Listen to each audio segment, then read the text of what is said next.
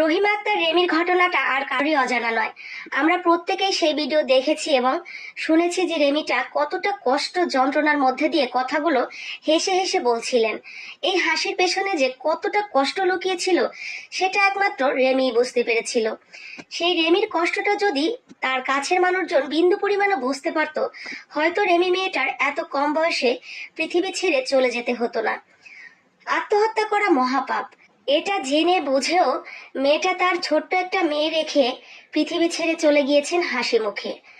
কারণ হিসেবে সে বারবার উল্লেখ করেছেন তার বাবা, ছোট মা বা তিনি তার নিজের দিকেই দোষটা টেনে নেওয়ার চেষ্টা করেছেন।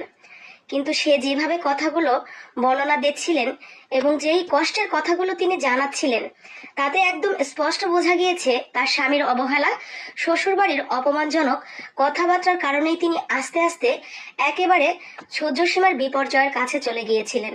সেই অপমানজনক কথাগুলোর প্রতিবাদ করতে গিয়ে হয়তো তিনি ছোটখাটো কিছু কথাও বলে ফেলেছেন, যেই কথাগুলোর কারণে তিনি আবারও কটূক্তির শিকার হয়েছেন। যার কারণে তিনি বলছিলেন ছেলেরা যাকেই বিয়ে করুক তার মুখটা যেন বোবা হয়, কারণ কথা বললে সে বেয়াদব হবে, তাকে শুনতে হবে অপমানজনক কথাবার্তা। এই কথাগুলো শুধু যে একটা মাত্র রেমির কথা তা কিন্তু নয়, পুরো বিশ্বেই এরকম রেমি হাজার হাজার আছে যারা মুখ বন্ধ করে সংসার করে যাচ্ছে। শ্বশুরবাড়ির লোকজন, স্বামী সহ এরকম অনেক ঘরে আছে যারা বউকে ছোট করে কথা বলতে পারলে তাদেরকে একেবারে বীর পুরুষ মনে করে এটাই মনে হয় চিরাচরিত নিয়ম। বউদেরকে কথা শোনানো এটা একেবারে নর্মাল ব্যাপার। তার কোনো রাগ নেই, তার কোনো আত্মসম্মান নেই, তার কোনো মন নেই। এক কথায় সে রোবট চালিত একটা মানুষ, তাকে যা খুশি তাই বলা যায়। আমি শ্বশুর বাড়ির সমস্ত মানুষদের কথাই বাদ দিলাম। স্বামীটা কেমন? যে স্বামী তার স্ত্রীর মান সম্মান, আত্মসম্মান কোনো কিছুর দিকেই খেয়াল করে না, তার বউয়ের মন খারাপ হলো কিনা, তার বউয়ের গায়ে কথাটা লাগলো কিনা, কোনো দিকেই তার কোনো কিছু আসে যায় না।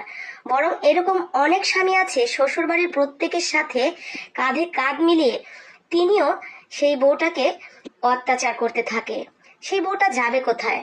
সেটা কি কেউ একবারও ভেবে দেখেছে যে মেয়েটা দিন শেষে কার কাছে তার সুখ দুঃখের কথাগুলো বলবে? এরকম রেমির সংখ্যা বাংলাদেশে তো আছেই, সারা বিশ্বে ছড়িয়ে ছিটিয়ে আছে। রেমি হয়তো মৃত্যুর আগে কথাগুলো ভুলে গিয়ে অনেকটা হালকা হয়েছেন, একেবারে হাসি মুখেই তিনি চলে গিয়েছেন পৃথিবী ছেড়ে। কিন্তু এরকম রেমির সংখ্যা প্রায় প্রতিটা ঘরেই ধুকে ধুকে তারা সংসার করছেন এরকম জ্বালা যন্ত্রণা, স্বামীর অবহেলা, শ্বশুরবাড়ির এরকম অপমানজনক কথাবার্তা শুনে। এর প্রতিকার কি? কোথায় এর প্রতিকার আছে?